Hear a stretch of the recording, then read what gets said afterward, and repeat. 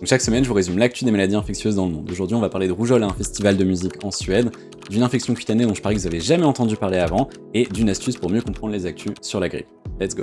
Donc d'abord, on fait le point sur Ebola comme chaque semaine. Pour que ce soit plus simple, je vous ai fait ce graphique que je mettrai à jour chaque semaine, c'est à partir des données de l'ECDC. Pour rappel, c'est désormais la deuxième plus grosse épidémie d'Ebola jamais enregistrée. Le total de cas de celle qui est désormais top 3, il est en pointillé sur le graphique pour vous donner un petit peu de contexte. Alors le but c'est pas de vous faire paniquer, le risque pour l'Europe est toujours considéré comme très faible par le CDC, mais c'est vraiment pour que vous compreniez à quel point cette épidémie elle est dévastatrice en Afrique subsaharienne, et elle donne pas de signe pour l'instant de s'arrêter, et du coup pourquoi on en entend parler chaque semaine. Alors le deuxième point, qui est un petit peu plus proche géographiquement, c'est une flambée de cas de rougeole en Suède. L'origine de cette épidémie, c'est le festival de musique Urkult qui a réuni à peu près 10 000 personnes fin juillet dans le nord du pays. Donc après le festival, les autorités ont détecté 27 cas dans 9 régions différentes de Suède, plus un cas en Finlande qui avait voyagé dans le pays pour l'occasion. Alors c'est quoi le point commun de la majorité des malades? C'est des enfants et des adolescents non vaccinés contre la rougeole. Donc ça c'est un rappel hyper important de pourquoi il faut maintenir une couverture vaccinale élevée contre ce type de maladie. Donc en fait la rougeole c'est la maladie humaine la plus contagieuse qu'on connaisse. Si personne n'était vacciné, une seule personne malade pourrait contaminer en moyenne 18 autres personnes, donc c'est vraiment énorme. Donc là pour le coup, le CDC évalue le risque comme élevé pour toutes les personnes non vaccinées qui ont participé au festival, et même la recommandation générale c'est pour tous les participants de surveiller leurs symptômes. Et le troisième point plus inattendu, est-ce que vous avez déjà entendu parler d'une infection de la peau qui s'appelle la dermatophyllose? Alors moi je parie que non, mais en fait c'est parce que c'est assez nouveau.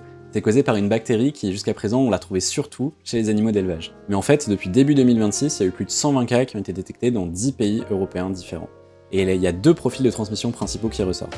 D'un côté, les contacts sexuels, surtout parmi les hommes ayant des rapports sexuels avec des hommes, et de l'autre, des pratiquants de sports de contact comme les arts martiaux. Donc on s'inquiète pas trop parce que les infections elles restent bénignes et elles guérissent très bien sous antibio, mais ça reste une nouvelle maladie, donc dans ce cas-là, c'est hyper important de surveiller ce qui se passe pour bien le comprendre. C'est un peu la même situation que Mpox dont je vous parlais la semaine dernière. Enfin, info bonus sur la grippe. Cette semaine, il y a eu un cas de H9N2 détecté en Chine et un cas de H1N2 aux États-Unis. Mais est-ce que vous savez pourquoi on appelle les différents types de grippe avec des H et des N comme ça?